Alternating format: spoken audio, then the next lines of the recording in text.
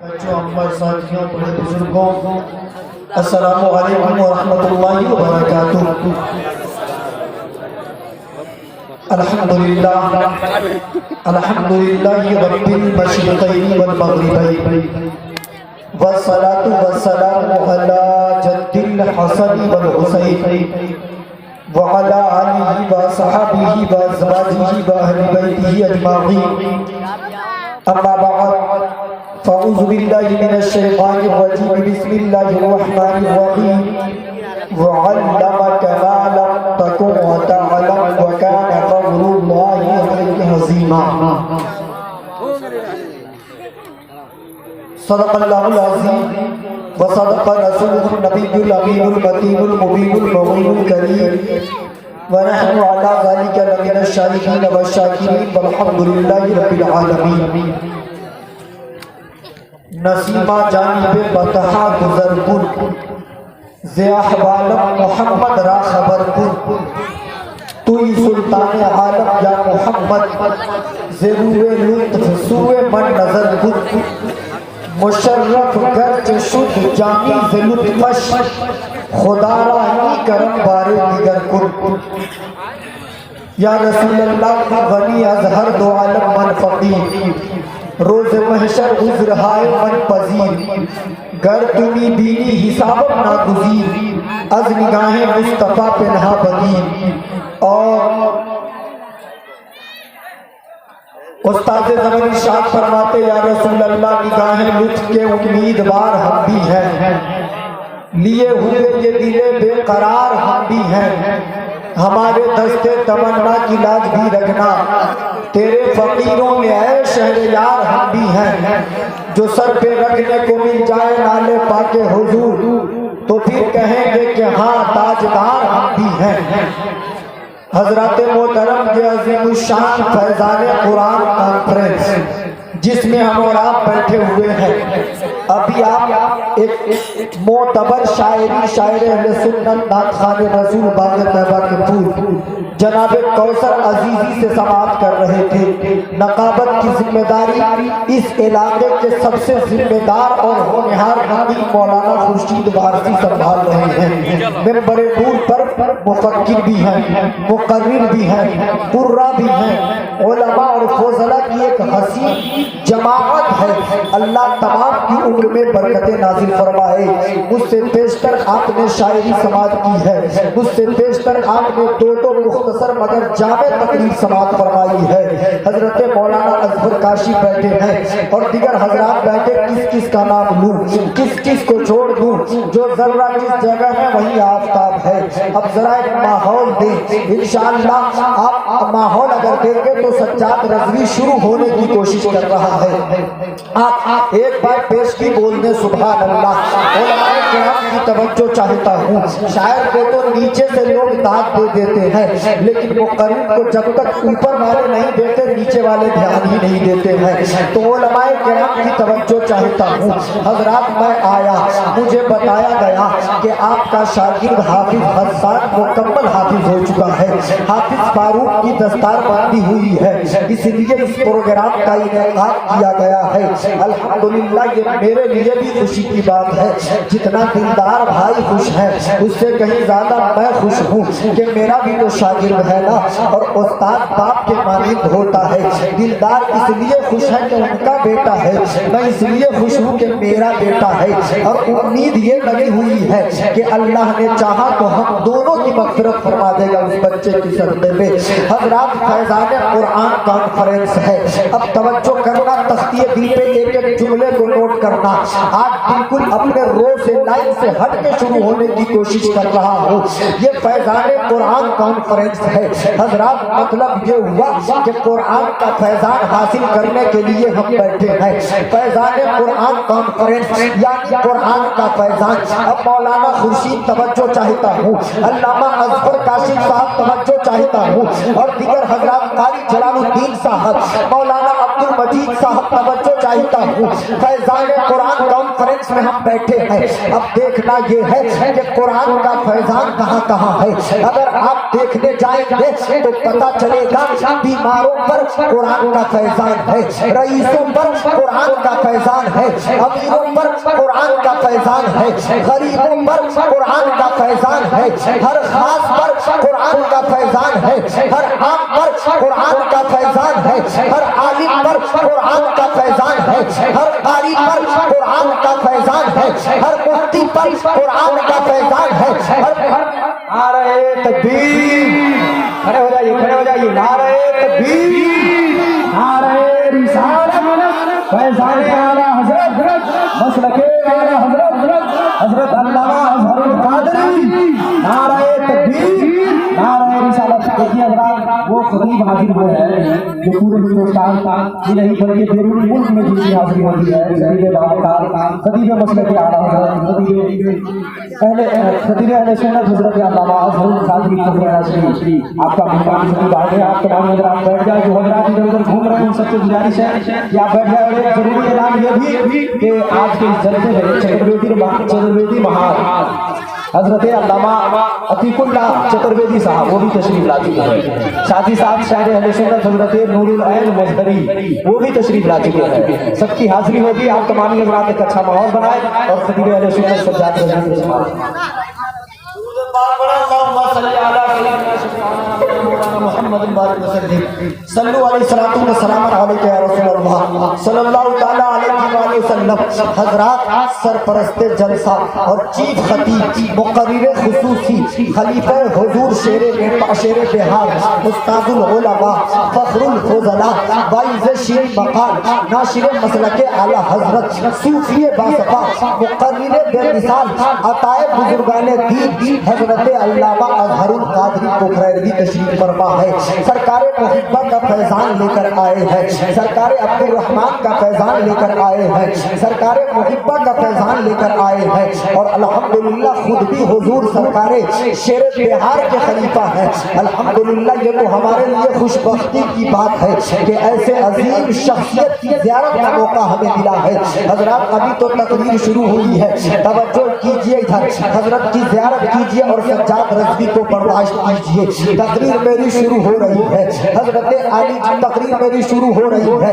علی جناب دلدار حسین صاحب، علی جناب عبد الرزاق صاحب، آپ کے بیٹوں نے حفظ مکمل کر لیا ہے، یقیناً آپ لائق مبارکباد ہیں، یقیناً آپ اپنے قسمت پہ جتنا ناز کرے کم ہے، یقیناً آپ مقدر پہ جتنا ناز کرے کم ہے، لیکن ہمارا سماج کہاں سے کہاں پہنچا ہے ذرا غور کیجیے۔ اگر کسی مجھوڑا میں کسی کا بیٹا ڈاکٹر بن کے آ جائے تو پورے گاؤں کے لوگ تانتا لگا کر مبارکبادی پیش کریں گے، اگر کسی کا بیٹا انجینئر بن جائے پورے گاؤں والے آگے خوشخبری سنانے کو، اگر کوئی پروفیسر بن جائے ہر کوئی آگے مبارکبادی دیتا ہے، اگر کوئی انجینئر بن جائے ہر کوئی آگے مبارکبادی دیتا ہے، لیکن اگر اسی گاؤں میں حافظ بن کے آئے تو لوگوں کے چہرے اتر جاتے ہیں، اسی گاؤں میں عالم بن کر آئے تو لوگوں کے چہرے اتر جاتے ہیں۔ لوگ یہ کہتے ہیں کہ ڈاکٹر بنا ہے تو 1 کروڑ کا مہینہ کمائے گا، پروفیسر بنا ہے تو 1 لاکھ کا مہینہ کمائے گا،